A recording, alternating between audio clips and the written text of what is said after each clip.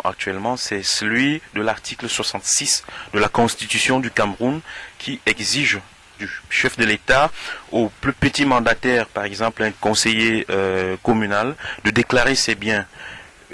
Un commentaire à chaud sur cet article de la Constitution qui visiblement est foulé du pied depuis le sommet de l'État camerounais.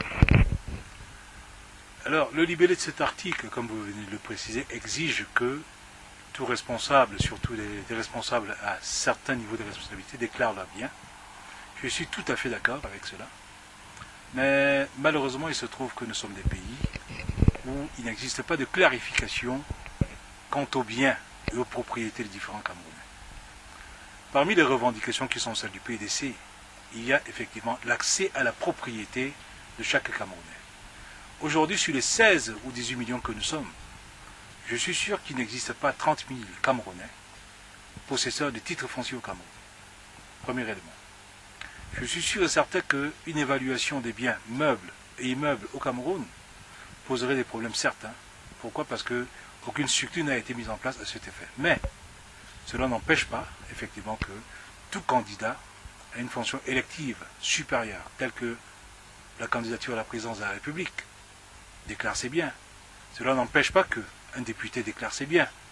Cela n'empêche pas que, pour éviter un conflit d'intérêts, ceux-là qui sont appelés à assumer de hautes charges déclarent leurs biens. Est-ce qu'on peut dire, M. Bida, que vous vous adressez là au chef de l'État camerounais actuel, M. Paul Biya? Je m'adresse à tous les responsables camerounais, du chef de l'État au dernier de ses ministres ainsi qu'aux députés.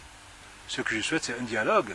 Il faut effectivement argumenter là-dessus et amener les uns et les autres à clarifier cette question. Pourquoi? Parce qu'il existe aujourd'hui une pesanteur, à mon avis, qui freine le débat au Cameroun. Tout le débat camerounais aujourd'hui, quand on ouvre les différents journaux camerounais, les différents sites, on ne parle que de l'argent.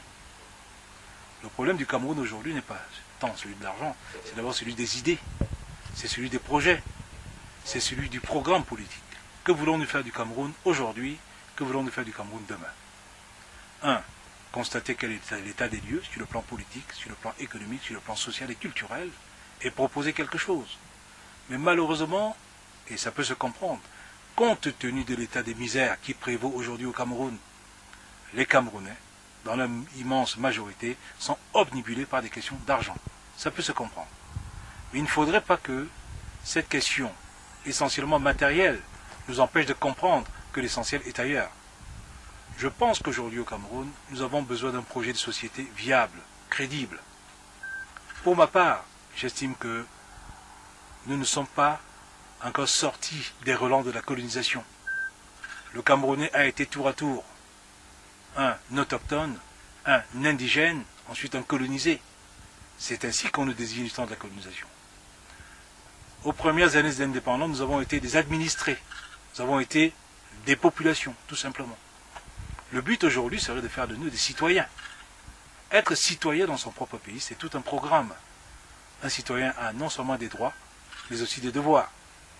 Un citoyen a des obligations. Le citoyen est garant de la souveraineté nationale. Le citoyen est libre de choisir ses représentants, en fonction d'un vote libre et démocratique. Faire des Camerounais un citoyen serait déjà une bonne partie du programme politique à venir. Et ensuite, bien sûr, revoir ce que signifie l'État au Cameroun aujourd'hui. On n'arrête pas de nous rappeler que la primauté de l'État est importante, mais au-delà de la primauté de l'État, il y a peut-être la définition de cet État. Quelle est la relation entre l'État et le citoyen? Il faudra peut-être créer un paradigme nouveau, créer un couple nouveau qui sera l'État et le citoyen. Ce que nous avons connu au Cameroun jusqu'à ce jour, c'était quoi? C'était le couple État-parti ou le parti État. Il est peut-être temps que nous créions un autre couple, l'État et le citoyen. Monsieur Bida, vous étiez un peu effacé de l'arène politique camerounaise. Maintenant, vous venez de tenir un discours qui porte à croire que c'est un combat. Vous confirmez? Ça a toujours été un combat. Et même mon départ du Cameroun en 1997 fait partie du même combat. Je suis parti du Cameroun parce que je ne voulais pas sombrer dans la médiocrité ambiante. Je ne voulais pas sombrer dans la banalisation ambiante. Qu'est-ce que vous entendez par une médiocrité ambiante? La médiocrité ambiante, un homme politique, un homme tout court, a besoin d'un minimum pour s'exprimer et pour vivre. Mais vous avez laissé des politiciens au Cameroun qui ont exercé jusqu'à présent. Qu'ont-ils fait? C'est la question.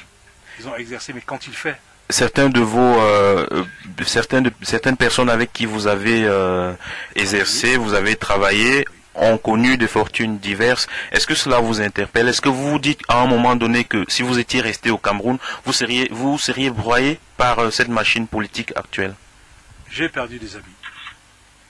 Je pense à cet endroit, à Anta Gasagay. On peut l'avoir aimé ou ne pas aimé. Anta Gasagay était un ami, il est décédé aujourd'hui. Il est mort dans des conditions affreuses. J'ai perdu un autre ami, Bouin Bouin.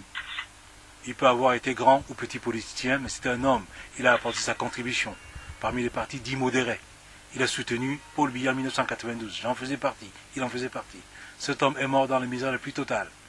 Je peux vous en citer, ils sont nombreux ces hommes-là, qui sont morts dans les misères les plus affreuses. Pourquoi? Parce qu'ils ont renoncé à tout. Antar avait une société à Douala lorsqu'il s'est engagé en politique. Il a fermé les portes de sa société pour s'engager en politique. Qu'est-ce qu'il en a retiré? Pour son parti politique, pour ses idées, pour sa famille? Rien. La mort d'Anta est emblématique pour divers autres hommes politiques à mon âge. Je pourrais en citer d'autres. Je ne cite que celui-là parce qu'il est l'un des plus connus. On ne traite pas ainsi ses associés. On ne traite pas ainsi ses alliés. Le RDPC l'a fait avec Antar. Il pourrait le faire avec plusieurs autres. Moi, Mbida, si je n'avais pas eu les moyens de quitter le Cameroun, parce que j'ai un diplôme européen qui me permet de travailler en Europe, peut-être que j'aurais suivi Antar. Je serais peut-être parti avant lui.